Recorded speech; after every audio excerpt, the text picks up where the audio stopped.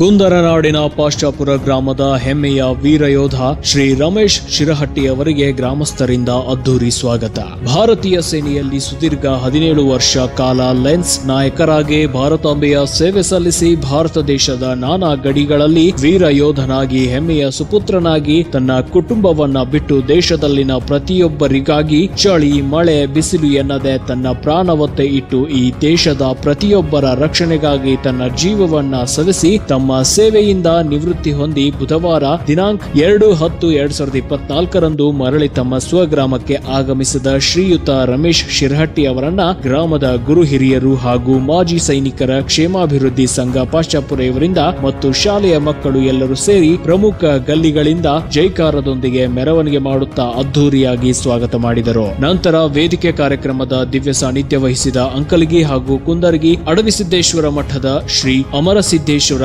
ಮಹಾಸ್ವಾಮಿಗಳು ಶ್ರೀಮಠದಿಂದ ಸತ್ಕಾರ ನೆರವೇರಿಸಿ ವೀರಯೋಧರು ಹಾಗೂ ರೈತರು ನಮ್ಮ ದೇಶದ ಕನ್ನೆರಡು ಇದ್ದಂತೆ ಹಾಗೂ ವೀರಯೋಧ ಶ್ರೀ ರಮೇಶ್ ಶಿರಹಟ್ಟಿ ಅವರು ಭಾರತಾಂಬೆಯ ಸೇವೆ ಸಲ್ಲಿಸಿ ಗ್ರಾಮಕ್ಕೆ ಆಗಮಿಸಿದ್ದಾರೆ. ಇದು ನಮಗೆಲ್ಲ ಹಬ್ಬದ ವಾತಾವರಣ ಸೃಷ್ಟಿಯಾಗಿದೆ. ಮುಂದಿನ ದಿನಗಳಲ್ಲಿ ತಮಗೆ ಹಾಗೂ ತಮ್ಮ ಕುಟುಂಬಕ್ಕೆ ಆಯುಷ್ಯ ಆರೋಗ್ಯ ಹೆಚ್ಚಿಸಲಿ ಎಂದು ಹಾರೈಸಿದರು. ನಂತರ ಪಾಶ್ಚಾಪುರ ಗ್ರಾಮದ ಹಿರೇಮಠ ಮಠ ಸಂಸ್ಥಾನದ ಶ್ರೀ ವಿಶ್ವಾರಾಧ್ಯ ದೇವರು ಮಹಾಸ್ವಾಮಿಗಳು ಶ್ರೀಮಠದಿಂದ ಸನ್ಮಾನ ನೆರವೇರಿಸಿ ಸೈನಿಕರ ಭಾರತದ ದೇಶಕ್ಕೆ ಇರುವ ಪ್ರಾಮುಖ್ಯತೆ ಹಾಗೂ ಅನ್ನದಾತನ ದೇಶದ ಬೆನ್ನೆಲುಬು ಎಂದು ಹೇಳಿ ಆಶೀರ್ವದರು. ಈ ಸಂದರ್ಭದಲ್ಲಿ ರಮೇಶ್ ಶಿರಹಟ್ಟಿ ಅವರು ನಮ್ಮ ಮಾಧ್ಯಮದೊಂದಿಗೆ ಈಗಿನ ಯುವಕರ ದುಷ್ಟ ಚಟಕ್ಕೆ ಬಿದ್ದು ಹಾಳಾಗುತ್ತಿದ್ದಾರೆ ಮತ್ತು ತಾಯಿ ತಂದೆಗೆ ಗೌರವ ಕೂಡ ಕಡಿಮೆ ಆಗಿದೆ. ಹೀಗಾಗಿ ಈಗಿನ ಯುವಕರು ಹಾಳಾಗುತ್ತಿದ್ದಾರೆ. ದಯವಿಟ್ಟು ಎಲ್ಲರೂ ತಂದೆ ತಾಯಿಗೆ ಗೌರವ ಕೊಡಬೇಕು ಮತ್ತು ಚಟಗಳಿಂದ ದೂರ ಇರಬೇಕು ಎಂದು ಹೇಳಿದರು. ಈ ಸಂದರ್ಭದಲ್ಲಿ ರಮೇಶ್ ಶಿರಹಟ್ಟಿ ಕುಟುಂಬದ ವತಿಯಿಂದ ಸಹೋದರ ಶ್ರೀ ಮಲ್ಲಪ್ಪ ಶಿರಹಟ್ಟಿ ಅವರು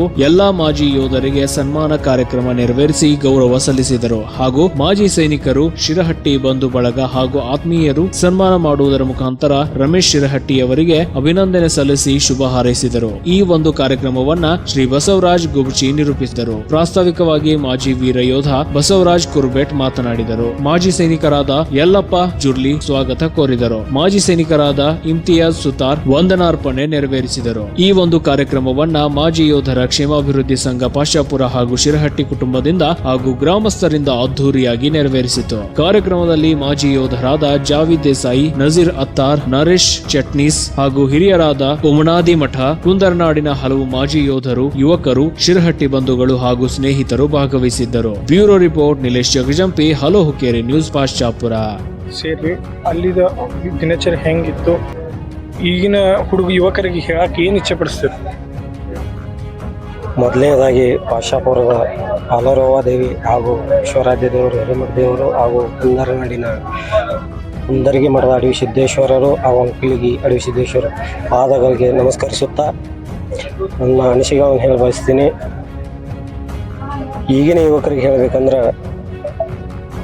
ಮೊದಲನೇದಾಗಿ ದುಶ್ಚಟಗಳಿಗೆ ಬಲಿ ಆಗಬಾರ್ದು ಅಂತ ನಾನು ಹೇಳ್ತೀನಿ. ದುಶ್ಚಟಗಳು ಬಲಿ ಆದ್ರೆ ಈಗಿನ ಯುವಕರು ಎಂತಿದ್ದ ಈಗ ಬರುವಂಥ ಅಗ್ನಿವೀರ ಅಂದ್ರೆ 4 ವರ್ಷ ಅಂತ ತಿಳ್ಕೊಂಡು ಈಗಿನ ಯುವಕರು ಏನು ಮಾಡಾಕತ್ತಾರ, ಬೇಡಪ್ಪ ಮಿಲ್ಟ್ರಿ ಹೋಗೋದು ಬೇಡ, 4 ವರ್ಷಕ್ಕೆ ಏನು ಮಾಡಬೇಕು ಅಂತೇಳಿ ಇದನ್ನೊಂದು ತಿಳ್ಕೊಂಡಾಗ್ಯಾರ ತಲೆಯಾಗ ಇಟ್ಕೊಂಡ ಇವರ ತಮ್ಮ ಮುಂದಿನ ಭವಿಷ್ಯನ ಹಾಳು ಮಾಡ್ಕೊಳಕತ್ತಾರೆ. ಆ ರೀತಿ ಇಲ್ಲ. ಈಗ ಬರುವಂಥ ಅಗ್ನಿವೀರ ಇನ್ನು 4 ವರ್ಷ ನಂತರ ಎಷ್ಟೋ ಜನ ಟೆನ್ಷನ್ ಬರಾಕತ್ತಾರೆ ಈಗಿನ ಟೈಮ್ದಾಗ. ಹೇಳ್ಬೇಕಂದ್ರೆ ಈಗ ನನ್ನ ಜೊತೆ ಸೆಪ್ಟೆಂಬರ್ 30 ಔಟ್ ಆಗೋಂಥ ಮೊದಲು ಪೆನ್ಷನ್ ಪಾರ್ಟಿ ಔಟ್ ಆಗಿದ್ದಾರೆ. ಮಿನಿಮಮ್ ಏನಿದ್ರು ಆಲ್ ಇಂಡಿಯಾದಾಗ 9,000 ಅಂದರೆ 9,000 ಮಂದಿ ಔಟ್ ಆಗಿದ್ದಾರೆ ಪೆನ್ಷನ್. ಇಷ್ಟು ಮಿಲ್ಟ್ರಿ ಖಾಲಿ ಆಗತೈತೆ ಅಂದ್ರೆ ಅಗ್ನಿವೀರಗಳಿಗೇನು 4 ವರ್ಷ ಮಾಡಿ ಮನೆಗೆ ಕಳ್ಸಂಗಿಲ್ಲ.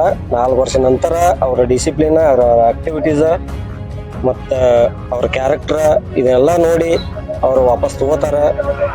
ನಾವು ಅಗ್ನಿವೀರ ಐತಿ ಏನು ಮಾಡಲಿ ಹೋಗೋದು ಬೇಡ ಅಂತೇಳಿ 2 ಮನುಷ್ಯಂದ ತಮ್ಮ ಪ್ರಯತ್ನ ಬಿಡಾಕೆ ಹೋಗ್ಬೇಡ್ರಿ. ತಮ್ಮ ಪ್ರಯತ್ನ ಮಾಡ್ತಾ ಇರಿ. ಪ್ರತಿಫಲ ಸಿಗುತ್ತಾ. ಕಷ್ಟಪಟ್ಟವ್ರಿಗೆ ಇವತ್ತಿಲ್ಲ ನಾಳೆ ಅದರ ಪ್ರತಿಫಲ ಸಿಹಿಯಾಗಿರುತ್ತೆ ಅಂತ ಹೇಳಿ